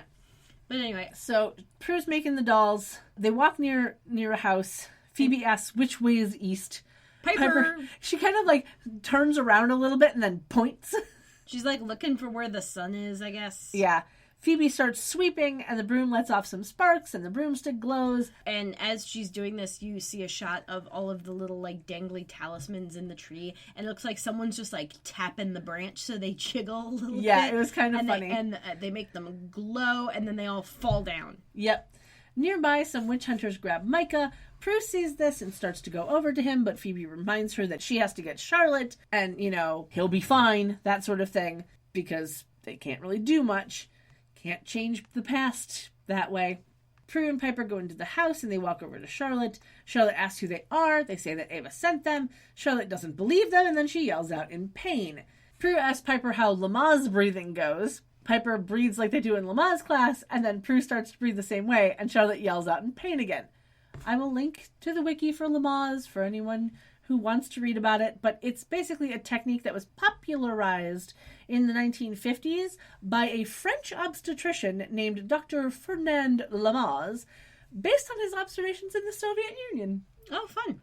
But yeah, it's basically just like the kind of thing that you stereotypically hear on TV shows. Yeah, it's... Who knows how effective it is? It actually, from what I have heard, it is quite effective, not because the whole breathing thing. Because you're concentrating on something other than the pain. Yeah. It's basically the placebo effect put into breathe techniques. I know, right? Yeah.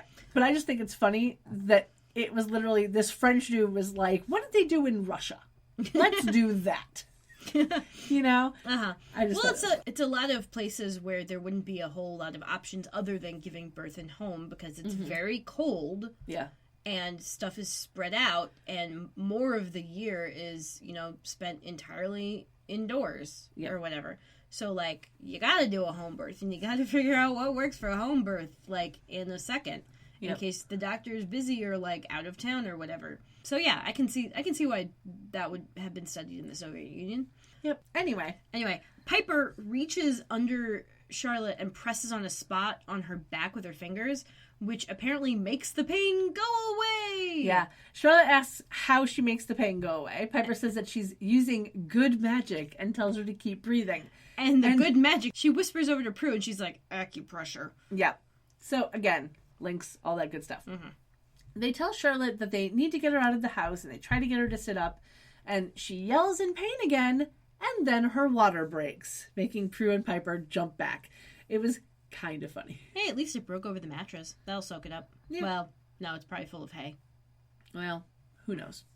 Anyway, we cut outside where Cole is now standing over Micah, holding the dagger that he just stabbed him with, as Ruth runs over to him. She tells the others to check the house, but Cole drops the dagger and says that he knows they already have Charlotte and he knows where they're going, and tells her to follow him.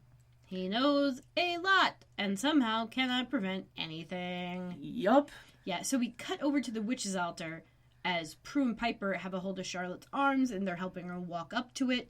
Charlotte is apologizing because she cannot go any farther. The baby is fucking coming now. She is 10 centimeters dilated. It's time to push, baby. Yeah. She kneels on the ground and we go to commercial break. And when we come back from commercial break, we have Charlotte lying on the ground. There's a blanket over her. And Piper says that it's almost 11. So it's been about 5 hours. Like, what? Yeah. Apparently it took them 5 hours to walk like a half mile. Yeah, because, like, the timing in this episode is just weird. Just weird. Because they get there and it's 2 o'clock. The next time we hear the time, it's 6 o'clock, and now it's almost 11 at night. What the fuck? I mean, they just have to up the ante, I guess, time-wise. But, like... They gotta get that tension. There's gotta be some stakes. What tension would have been is if they had gotten there at 6 o'clock at night. True. And then all of this takes place in the next few hours. That would have been tension. But getting there at 2 o'clock... Yeah, kids don't start trick-or-treating that early on Halloween. Not unless it's a weekend. Yeah. Which is, honestly, the ideal time to have Halloween. Because you never get school off the next day. It's very unfortunate. Mm-hmm. Like a Friday or a Saturday is the perfect day to have Halloween. Mm-hmm. But yeah. Anyway, ignoring all of this annoying time situation. Yeah. Phoebe sees fire from the witch hunter's torches in the distance. And she's like, oh. Yeah, no, they did not give up looking for us. Yeah. No, yeah. The girls take stock of what's on the altar in front of them. And they're like, okay, what can we use? What can we use? We need a protective circle. Yeah. They find lavender, rosemary, apples, and laurel leaves.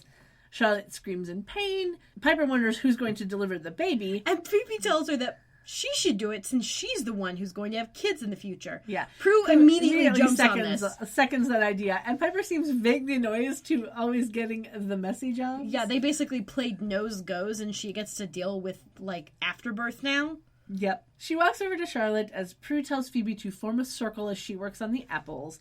And Phoebe starts throwing things around them in a large circle. It was kind of funny. Piper tells Charlotte that she's got to try and stay quiet. She lifts the blanket, says that she sees the baby. In kind of like a cringy sort of like, I kind of see it. Yeah. Phoebe gets distracted from her task to go look at it. It was real cute. And Prue gets her back on track. Piper says that the baby is coming. Prue says that the witch hunters are too. And Phoebe goes back over to Prue. Prue hands Phoebe an apple and reminds her of the words Ava told them. Knowledge and reverence. They kind of face each other and repeat those words and, you know, hold the apples between them. Yeah, they repeat them over and over. And then we cut over to Cole and Ruth on their horses, like riding up toward them. Cole stops riding. Ruth asks what he's doing, and he says that he wants to see what they've learned. So in this moment, Cole is already like, well, I'm already lost. Yep. I'm okay with it. Yeah. And I really think that that's because of the apple thing. Probably, like, because of that moment where he's like, she's falling in love with me. Well, fuck. Yeah. You know, and in that moment he's like, well, I went back in time to try and do this thing. Oops, it didn't work. Mm-hmm. Because I really think in that moment, like, he's had a bit of a change of heart. And that, or he's gauged the point of no return in terms of where his plans would have no hope of coming to fruition. And he's like, okay, well, they've gotten her out of the house to this random altar in the middle of a field by the woods. At this point, there's nothing we can do. Baby's gonna be born over there. Yeah. Like, yeah. But unless, of course, they haven't learned anything about how to work with magic, because I know they've traveled back in time to before they were born. They're not gonna have their powers. Yeah. So, like, he probably knows that. But he's like, well, if someone managed to teach them how to get shit done now, they'll have a chance. If not, hey, I'm good. Yeah. It's just interesting to me, like, because I will be honest, and I didn't see it that way the first time I watched this back in the day. Yeah. And so I don't want to, like, keep reiterating, but I do think it interesting how much different I'm seeing Cole, like, in a completely different light than I did before. Not to say that he will ever be my favorite, because I still don't think that relationship was the best thing. No. But I don't hate him as much as I did. So I'm okay with it. We cut back to the girls as the witch hunters get closer, and Prue and Phoebe throw the apples in different directions, and a protective circle forms around them. Yeah, there's just kind of like a CG bubble. Yeah. That, like, kind of glows and kind of spreads out around them. Yeah. And one of the witch hunters hits the protective circle like it was a wall. Yeah, like that thing back there with the talismans when they tried to walk in, but it kind of, like, blocked them. We cut back to Cole and Ruth. Cole's like, well, that's over. And Ruth is like, not over yet. Yeah. We cut back to the girls because we can't stay in one place for too long. Yeah. And they're very impressed that this whole thing worked. And then the witch hunters fire their guns at them, and they learn that this protective circle doesn't stop bullets. Nope. Prue realizes that they don't have enough apples to throw. Phoebe realizes that the apples aren't going to stop them anyway, and the witch hunters continue shooting. Piper calls out, it's a girl! Yeah. And we see a probably 3-month-old baby with jelly on its face wrapped in a blanket. Yeah. Prue tells Piper to get Charlotte and the baby out of there. Phoebe decides to embrace the cliche in order to scare the witch hunters. So she grabs the witch's hat, grabs a broom, and sits on it. Yeah, and the broom rises into the air, and she flies over the witch hunters, and she cackles, and it was hilarious. Yeah, the witch hunters run off, and she starts giggling, and we cut back to Cole and Ruth. Cole says that he's giving them a lot of credit for being awfully good. Yeah, and he gets off his horse. He gets off his high horse. Yeah. And he says that time is on his side. Throws some kind of pouch of something on the ground, and a portal just kind of opens like a camera aperture in the ground. Uh-huh. He jumps in it, and it closes behind them. And then Ruth is like, oh, shit. Yeah, she kind of looks on with a bit of, like, fear and confusion in her eyes. It was kind of fun. Why is he abandoning me? Why didn't this work? I was told this would work. Oh, no, I'm in trouble. Yep.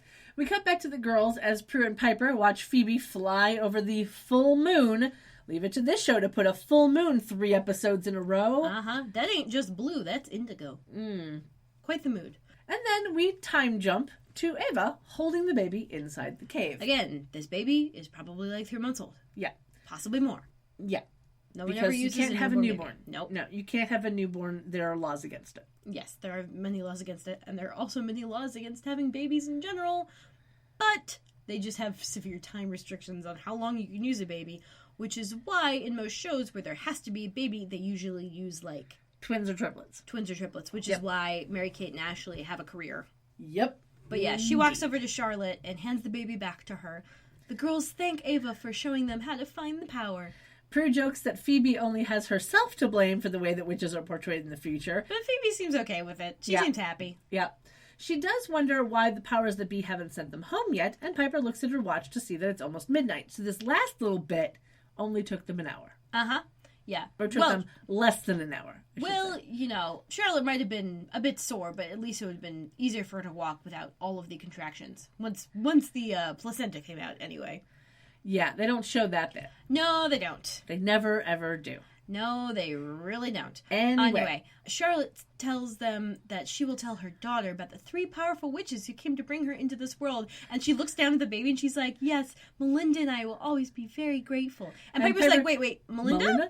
And they learn that this baby is Melinda Warren.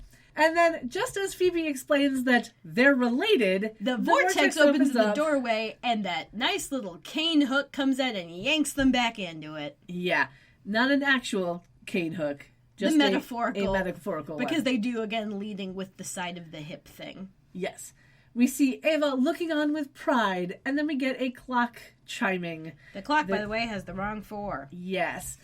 And this is a clock in the manor, because we have jumped back to 2000.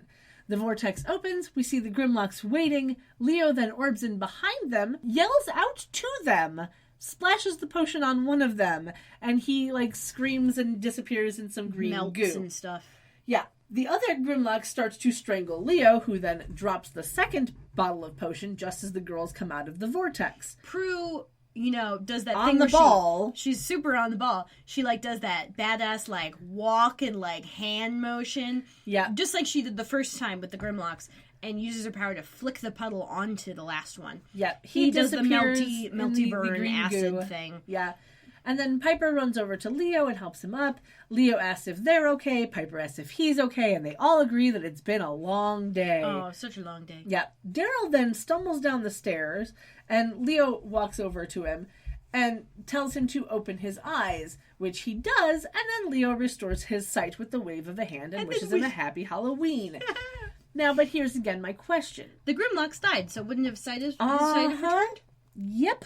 I don't know. A la convenience. Yep. We get a quick exterior shot of P3 that pushes in on the sign. Yeah, it was kind of funny. And inside there is a band playing on stage. And we only know the name of the band due to them getting credit at the beginning of the show because it is never said in the show. The band is Snake River Conspiracy.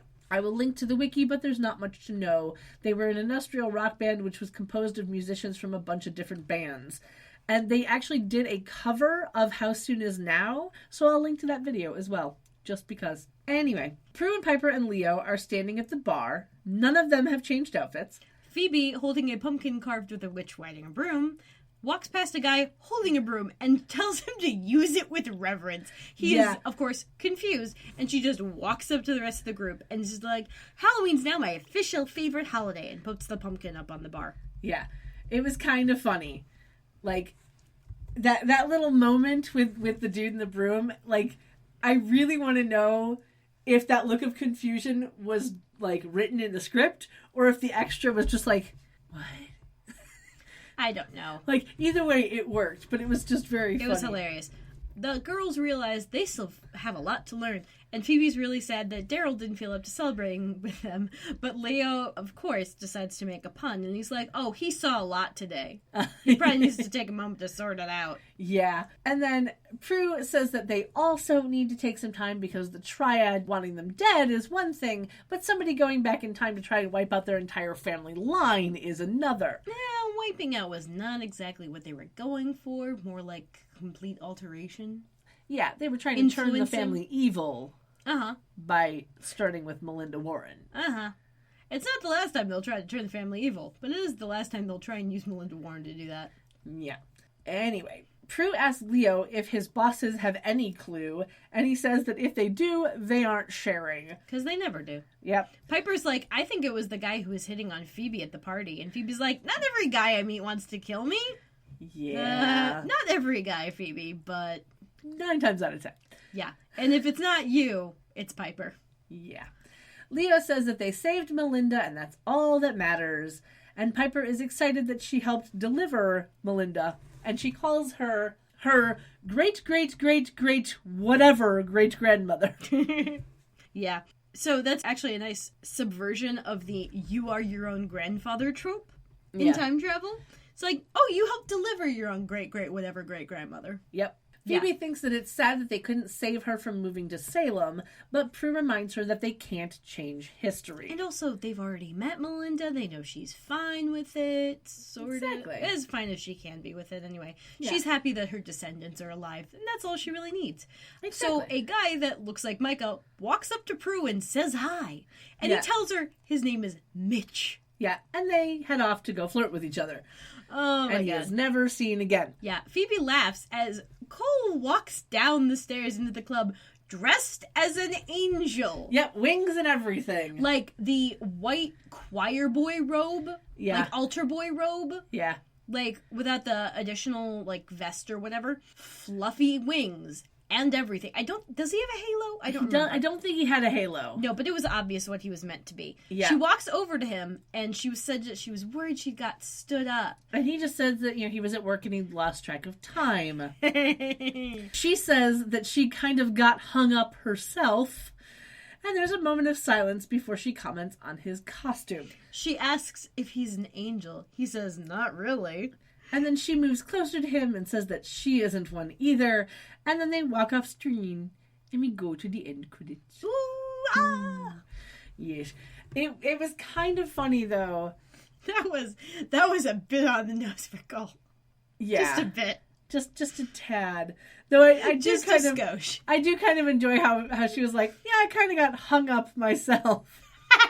It's just like, okay, whoever Phoebe. wrote the script was really good with the nice subtle puns. Yeah. Like that was a cute moment. Man. It was a funny little ending and I enjoyed Also, it. slight callback to the first time, was it like beginning of season 1, I think, when Phoebe had the two guys hitting on her and asked if she fell from heaven, and she just kind of was like, I'm no angel, I'm a witch. Yeah. Like, it felt like a callback to that.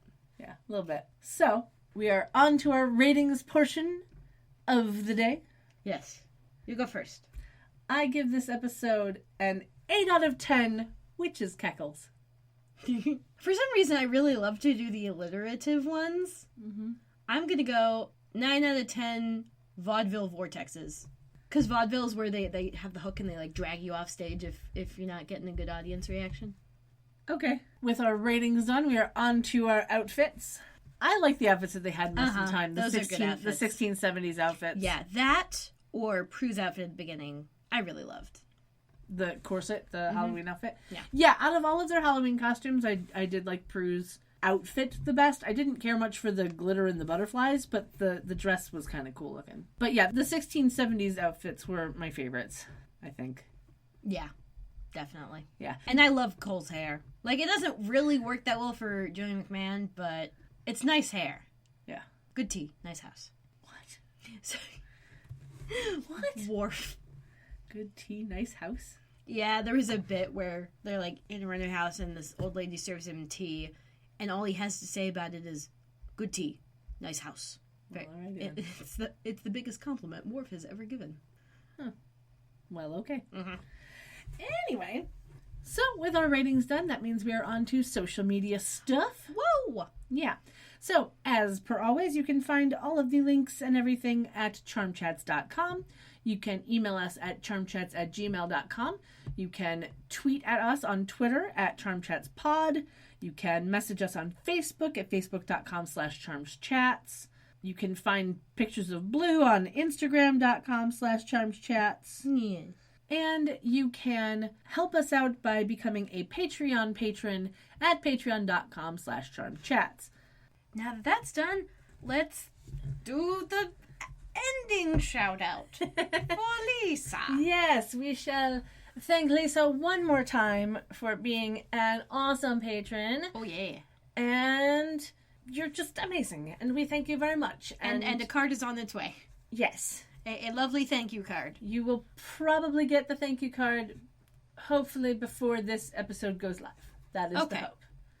So, I don't know whether it's supposed to be thank you or you're welcome or like what comes after that.